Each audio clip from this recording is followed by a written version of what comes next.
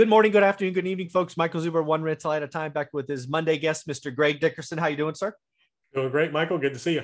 So I have a question that I've been toying with for probably a year, and I'm going to ask it now. And the reason I'm going to ask this is one of my other experts, I interview him on Tuesdays. He's about to go out and buy a Lamborghini. He wants an orange Lamborghini. He's now over 100 units. He's been building this for 20 years, and it's like, now it's time to celebrate a little. So that got me thinking again about one of those dreams that I never thought were possible. And that is, you know what? Maybe I might want to put a living work of art or a piece of working art in my garage. I already have my dream car that I thought was possible, my SL 550 Mercedes. Now I'm thinking about, you know what? What if I went out and bought a $250,000, $280,000 Ferrari? And the reason I think about this in you, because you always said, never say you can't afford it, which is always what I told myself. Can't afford a Ferrari. They're just too expensive. But I wanted to bring this to you today. So Greg, let's just pretend I got crazy enough and I wanted to buy one, but I still feel like I can't afford it. How do you break that down and you go from the can't afford to how do you afford that kind of mindset? Help me break this down and make me feel better about it.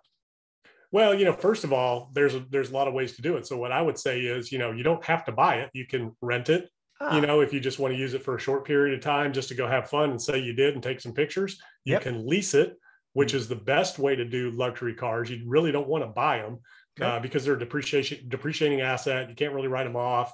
But when you lease it, you can, and you can use it, even if you buy it, you can kind of, use a little bit of a business expense there and use it in your, promotions and advertising and stuff. And there's ways to write them off. But, really with cars like that, the best thing to do is to lease them. Okay. And then I would say, for a lot of people, like what you said, a lot of people will buy them and just park them in the garage. I'm like, if you're going to buy something like that, go use it. Yeah. When I went through that phase and now it's, I kind of went through that and I'm at a stage now where that stuff, I don't really care anymore. But back when I was going through it, it was a Hummer H2 when that first came out. I remember. And, it was, I don't know. Big old ones. Yeah. $70,000 car back when they came out. And I was living in a beach environment and drove on the beach. I used that thing, man. I drove it on the beach and took it off road and I wore that thing out. You used it. Exactly. Yeah. So if you're going to buy one, don't leave it in the garage. Take it out and put it to work, get you some tickets and test it out and see if you can outrun the cops. I like it. That's awesome. All right. So how do I break this down? Right. Let's say we'll do a lease. And again, I want to play this out with you. So I go out, I price insurance. Okay. $4,000 a month. I'm just making a number up. $4,000 a month is the right idea. Again, with your mindset to say, okay, Michael, $4,000 a month.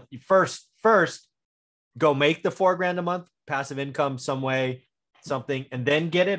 First, don't forget gas and maintenance. That's going to be another $1,000 a month. And most people, they can afford the car, but they can't afford the gas and maintenance. So don't forget that. Okay. So $5,000 a month. Good like point. That, different animal.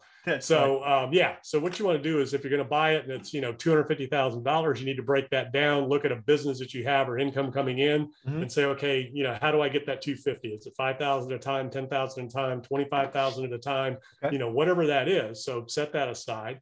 If you want to finance it or, lease it, then take that $4,000 a month and say, okay, what are my assets that I have that will bring that in without me having to produce? I was coaching somebody that, had a Porsche that was, costing her several $1,000s a month. And, it was one of those things where she was like, I really wanted to have this car, but then it became a burden down the road because the income stopped, coming in. So you just want to make sure that you've got an asset that's going to cover that, whether it's a business, property, whatever it is, make sure that you have that covered so it doesn't become a burden and it doesn't become a strain later. And don't forget about, taxes, insurance, maintenance, and fuel, because in high performance vehicles, those things cost you a lot more than you think.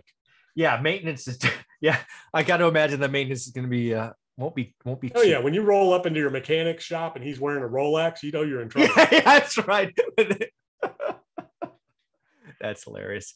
Yeah. So again, I think that's wise advice. So again, go out, kind of figure out what it's going to cost you.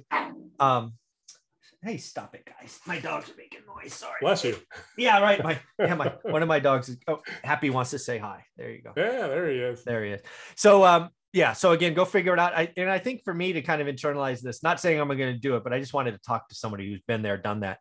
Go figure out what's going to cost, and then go get, for me, it'd be new assets. Right. So, okay, you're going to go add $4,000 to your monthly, not go get $5,000. And for me, $5,000, that could take, $5,000 could take a year and a half, 2 years, maybe. So again, that would allow me to kind of work for that. And that would be the cherry on top. Is that a good way? Yeah, and most people jump into those things way and well before they should. And, where you could take that same amount of money that you're allocating and reinvest it in other things, that will exponentially grow. So, if you're not in a position where you can just stroke a check and not even feel it, or you've already got that income that will take care of all of that and you won't feel it, it won't affect anything, then I say go ahead and do it and enjoy it. But what you always end up realizing at the end of the day once you've done something like that is it's kind of a waste of resources that could be well better allocated elsewhere. But you want to enjoy life and you want to enjoy the ride. And I did it, so I'm not going to begrudge anybody else. But just think carefully and make sure that you're not going to feel it, if your life had to change, and you're not going to be in a position, because back in 08, 09, man, there was all kinds of Ferraris and Lamborghinis and Bugattis and Bentleys, and that's the first thing people start selling is their cars, their gold, their planes. And you end up taking a huge haircut. No, I think it's wise advice. And again, my takeaway from this, for me, I don't know if I'm going to do it. It was just an interesting conversation, but for me, really, I love the idea. You know what? Go rent it. I think that's wise advice. Go rent it for a weekend and have fun and enjoy it. Because if you're going to stick it in the garage, and you just want to take it out on the weekends or something, well, you can rent. Then you can try all kinds of different things. I mean, now you can go drive them on tracks and really, open Test them up. When I said take it out and outrun the cops, that was a joke. So I knew that. Don't try that at home. Don't do that at home. Bad advice. Bad advice. But there's all kinds of experiences you can take now with all kinds of, cars, boats, yachts, all that kind of stuff. And then you're not stuck to owning it. You're not paying the cost of that long-term ownership, like, fractional jet ownership and, things like that. If you're not using it on a daily basis and you don't need it, go enjoy it and test some other things out. So that's another way to do it. Another way to think about it. I like that. And then the other one is, for me, you really wise advice. Go figure out what's going to cost you monthly. Go earn new money, new streams of income that will pay that. Because one thing I will not do is take a step backwards. I won't take haircuts. I won't put what we have already created at risk. It has to be net new stuff. So very wise advice. Greg, where can people find you? GregDickerson.com. All my info is there. YouTube channel, podcast. Go check it out. All right, buddy. Thank you very much.